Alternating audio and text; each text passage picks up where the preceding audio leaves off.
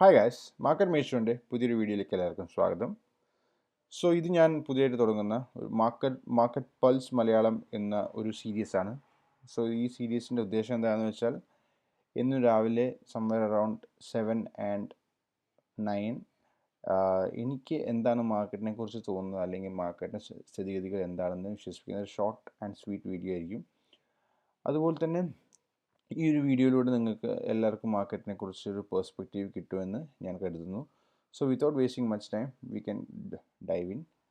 So നമുക്ക് as a swing trader നമുക്ക് ഏറ്റവും വേണ്ടപ്പെട്ട അല്ലെങ്കിൽ നമ്മൾ ഏറ്റവും കൂടുതൽ ശ്രദ്ധിച്ചിരിക്കേണ്ട ഒരു ഇൻഡെക്സ് സ്മോൾ ക്യാപ്പ് ഇൻഡെക്സ് ആണ്. സോ നമ്മൾ നിഫ്റ്റി സ്മോൾ ക്യാപ്പ് 100 ഇൻഡെക്സ് ആണ് നമ്മളിവിടെ കാണിച്ചിരിക്കുന്നത്.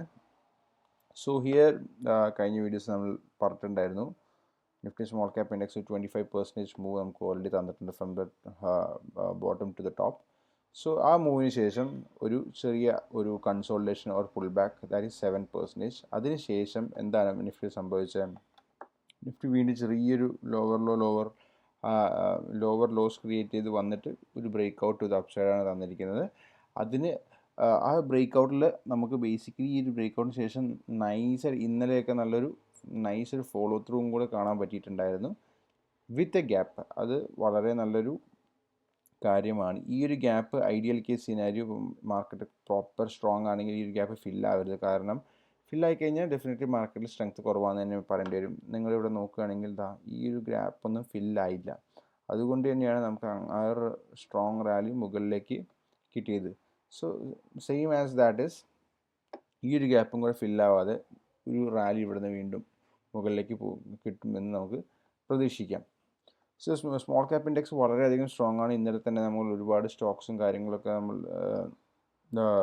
ഇന്നലെ തന്നെ നമ്മൾ പല സ്റ്റോക്കുകളും നോക്കുകയാണെങ്കിൽ ഒരുപാട് നല്ല ബ്രേക്ക് ഔട്ട്സും കാര്യങ്ങളൊക്കെ നമുക്ക് കിട്ടിയിട്ടുണ്ട്. സോ ഈ ഒരു മൊമെൻറ്റം നമുക്ക് കണ്ടിന്യൂ ആവും ഈ മാർക്കറ്റ് എന്ന് തന്നെ നമുക്ക് വിചാരിക്കാം. അതുപോലെ നിഫ്റ്റി നമ്മൾ പരിശോധിച്ച് നോക്കുകയാണെങ്കിൽ as compared to small cap or mid cap indexes Nifty കുറച്ച് വീക്കായിരുന്നു. ഈ നിഫ്റ്റി പറഞ്ഞ പോലെ നല്ലൊരു ഗ്യാപ്പ് അപ്പ് ഓപ്പണിംഗ് ആയിരുന്നു തന്നത്. ആ ഗ്യാപ്പ് പൂർണ്ണമായിട്ടും നിഫ്റ്റി അത് ഫില്ല് ചെയ്തിട്ടില്ല. അപ്പോൾ still there is a chance for Nifty to go up. അപ്പോൾ സ്മോൾ ക്യാപ്പ് ഇൻഡെക്സ് ഇനിയും മുകളിലേക്ക് പോകുകയാണെങ്കിൽ നിഫ്റ്റിയും താഴെ തന്നെ നിൽക്കുമെന്ന് എനിക്ക് തോന്നുന്നില്ല. നിഫ്റ്റിയും മുകളിലേക്ക് തന്നെ പോകും. ഓൾറെഡി നിഫ്റ്റിയിലും ഈ പറയുന്ന പോലെ തന്നെ നല്ലൊരു ഗ്യാപ്പ് അപ്പ് ഓപ്പണിംഗ് ആയിരുന്നു ഇന്നലെ. ആ ഗ്യാപ്പ് സസ്റ്റെയിൻ ചെയ്യുകയും ചെയ്തിട്ടുണ്ട്. അപ്പോൾ ഇന്നും നാളെയും ഉള്ള പ്രൈസ് ആക്ഷൻ നോക്കാം. നിഫ്റ്റിയുടെ പ്രൈസ് ആക്ഷൻ എങ്ങനെയാണ് നോക്കിയിട്ട് നമുക്ക് അതിനനുസരിച്ചുള്ള തീരുമാനങ്ങൾ എടുക്കാം. ഡെഫിനറ്റ്ലി വീക്ക്ലി ചാർട്ടിലേക്ക് വന്ന് നോക്കുകയാണെങ്കിൽ ഒരു സ്ട്രോങ് റെസിസ്റ്റൻസ് ഏരിയ ഇവിടെ ഉണ്ട്. അതായത് ഈ ഒരു സപ്പോർട്ട് ലെവൽ ബ്രേക്ക് ഡൗൺ ചെയ്ത് വീണ്ടും അത് റെസിസ്റ്റൻസ് ആയിട്ടുണ്ട്. അപ്പോൾ ഈ ഒരു ലെവലും അതുപോലെ തന്നെ മൂവിങ് ആവറേജസ് ഉണ്ടല്ലോ 10, 5 ആൻഡ് ഇത് 50 പീരീഡ് മൂവിങ് ആവറേജ് ആണിത്. 50 പീരീഡ് മൂവിങ് ആവറേജും റെസിസ്റ്റൻസും കാണും നിഫ്റ്റിക്ക്. അപ്പോൾ ഇത് രണ്ടും ബ്രേക്ക് ചെയ്ത് നിഫ്റ്റി മുകളിലേക്ക് പോവുകയാണെങ്കിൽ അറ്റ്ലീസ്റ്റ് ഒരു ഓൾ ടൈം ഹൈ ടെസ്റ്റിങ്ങിൽ അറ്റ്ലീസ്റ്റ് ഈ ഒരു ലെവൽ എങ്കിലും നിഫ്റ്റി ടെസ്റ്റ് ചെയ്യാനുള്ള ചാൻസ് ഉണ്ടെന്നാണ് എനിക്ക് തോന്നുന്നത്. So that is about Nifty and small cap index. നമുക്കിനി ചെറുതായിട്ട് ബ്രെഡ്ത്ത് അനാലിസിസും കൂടെ നോക്കാം. ഓക്കെ, സോ ബ്രെഡ്ത്ത് അനാലിസിസ് നോക്കുമ്പോൾ നമ്മൾ ഫസ്റ്റ് പരിശോധിച്ച് നോക്കുന്നത് stocks above 20 period moving average ആണ്. ഇപ്പോൾ stocks above April 2 to April 6 ഈ സമയത്ത് വളരെ നല്ല ട്രേഡിംഗ് ഓപ്പർച്യൂണിറ്റീസ് നമുക്ക് തന്നിരുന്നു. കാരണം ഈ സമയത്ത് ഈ സ്റ്റോക്സ് അബവ് 20 പീരീഡ് മൂവിങ് ആവറേജിൽ നല്ലൊരു ബ്രേക്ക് ഔട്ട് തന്നിരുന്ന സമയമായിരുന്നു.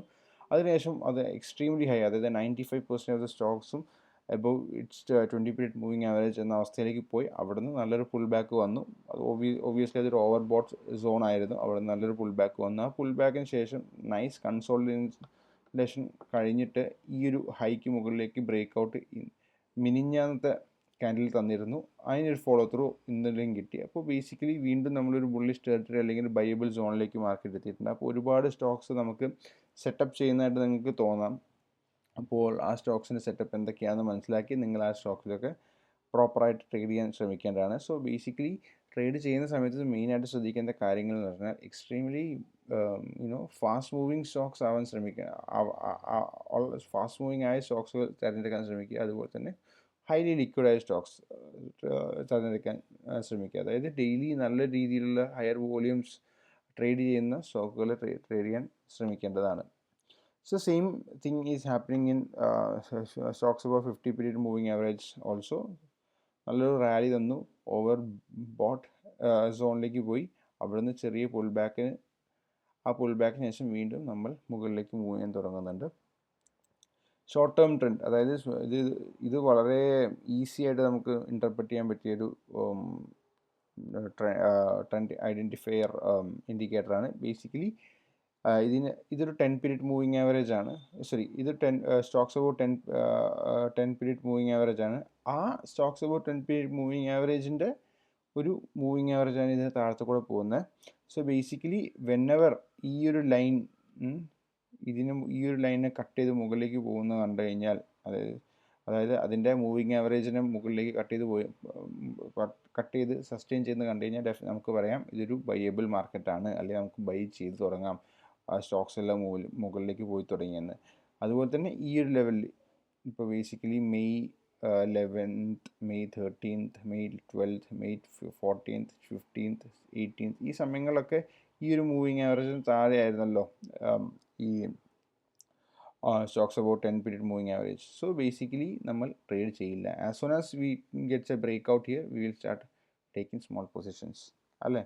സോ ഇതാണ് ഒബ്വിയസ്ലി നമ്മൾ ഈ ഒരു ഒറ്റ ഇൻഡിക്കേറ്റർ മാത്രം നോക്കി നമ്മൾ ട്രേഡ്സ് എടുക്കരുത്. ഡെഫിനറ്റ്ലി മാർക്കറ്റിൽ നോക്കണം, മാർക്കറ്റിൻ്റെ കണ്ടീഷൻ നോക്കണം, സ്മോൾ ക്യാപ്പ് ഇൻഡെക്സിൻ്റെ പൊസിഷൻ നോക്കണം. അതുപോലെ തന്നെ നമുക്ക് ഒരുപാട് ട്രേഡബിൾ ഗുഡ് ക്വാളിറ്റി സെറ്റപ്സ് ഉണ്ടോ നോക്കണം. അതിൻ്റെ ഒപ്പം ഈ ഒരു ബ്രേക്ക് ഔട്ടും കൂടി കിട്ടിക്കഴിഞ്ഞാൽ ഡെഫിനറ്റ്ലി അതൊരു പോസിറ്റീവ് സൈനായിട്ട് നമുക്ക് കണക്കാക്കാൻ പറ്റുന്നതാണ്. ഓക്കെ, അതുപോലെ തന്നെ നമുക്ക് ലോങ് ടേം പെർസ്പെക്റ്റീവ് നോക്കുകയാണെങ്കിൽ stocks about 200 period moving average ആണ്. സ്റ്റോക്സ് അബൌട്ട് 200 പീരീഡ് മൂവിങ് ആവറേജും ഈ പറയുന്ന പോലെ എബവ് 40 സസ്റ്റെയിൻ ചെയ്യുന്നുണ്ട്.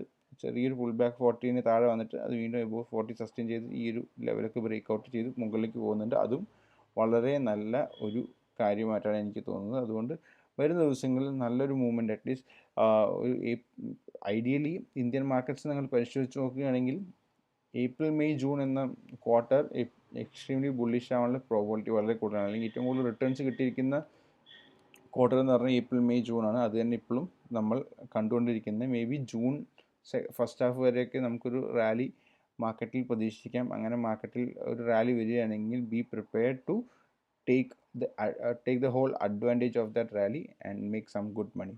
So ഇതാണ് നമ്മുടെ ഇന്നത്തെ market pulse video. I hope you guys enjoyed it. Have a nice day.